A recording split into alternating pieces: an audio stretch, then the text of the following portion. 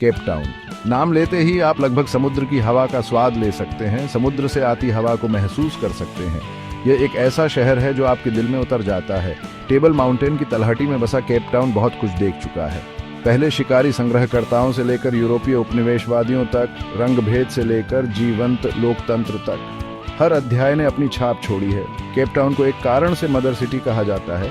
तो तैयार हो जाइए, हम समय के साथ एक सफर पर जा रहे हैं, यह देखने के लिए कि केप टाउन कैसे बना।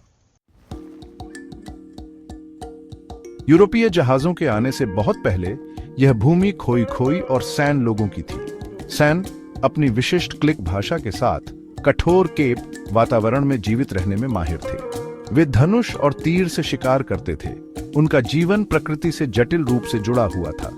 खोई खोई चरवाहे अपने मवेशियों और भेड़ों के साथ भूमि पर घूमते थे। बाहरी लोगों के आने से बहुत पहले ये संस्कृतियां फली फूली। उनकी विरासत केप टाउन के ताने बाने में बुनी गई है। अब चलते हैं 1488 में। पुर्तगाली खोजकर्ता बार्टोलोमू डायस भारत के लिए समुद्री मार्ग की तलाश में आते हैं। वो केप के चारों ओर नौकायन करते हैं, उफनते समुद्र से जूझते हैं और इसका नाम केप ऑन ऑफ स्टॉर्म रखते हैं। बाद में इसका नाम बदलकर Cape on of Good Hope कर दिया जाता है।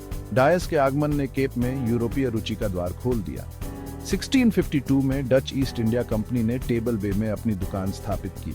वे एक किला बनाते हैं, कुछ सब्जियां लगाते हैं और बस केप टाउन का जन्म होता है। यह इस क्षेत्र में यूरोपीय बंदोबस्त की शुरुआत का प्रतीक है। भाग 4, सत्ता की बदलती रेत, अंग्रेज और केप। अब चलते हैं 1700 के दशक के अंत में। यूरोप में अफरा तफरी मची हुई है और अंग्रेज 1795 में केप पहुंचते हैं।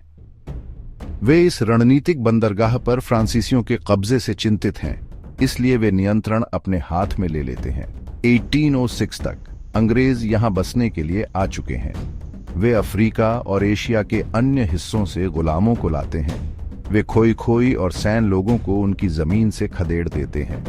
आने वाली पीढ़ियों के लिए विनाशकारी परिणामों वाली प्रणाली के बीज बोए जाते हैं। भाग 5, एक विभाजित शहर, रंगभेद का काला साया। रंगभेद, नस्लीय अलगाव और भेदभाव की व्यवस्था 1948 में लागू की गई थी। जिला 6 एक जीवंत बहुसांस्कृतिक समुदाय रंगभेद की क्रूरता का प्रतीक बन गया। परिवारों को उनके घरों से जबरन निकाल दिया गया।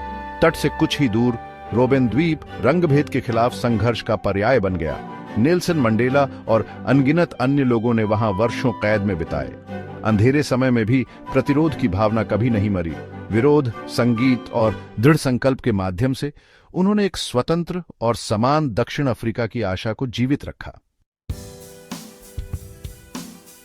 भाग 6, एक नया सवेरा, 21वीं सदी में केप टाउन। 1994 में रंगभेद का अंत हुआ और नेल्सन मंडेला स्वतंत्र हुए। दक्षिण अफ्रीका ने एक सच्चे लोकतंत्र के रूप में अपनी पहली सांस ली, लेकिन रंगभेद की विरासत रातों रात गायब नहीं हुई। असमानता बनी रहती है और अतीत एक निरंतर अनुस्मारक है। फिर भी केप टाउन लचीलापन, रचनात्मकता और आशा का शहर है। जीवन के सभी क्षेत्रों के लोग एक बेहतर भविष्य के निर्माण के लिए एक साथ आ रहे हैं। यह सफर जारी है।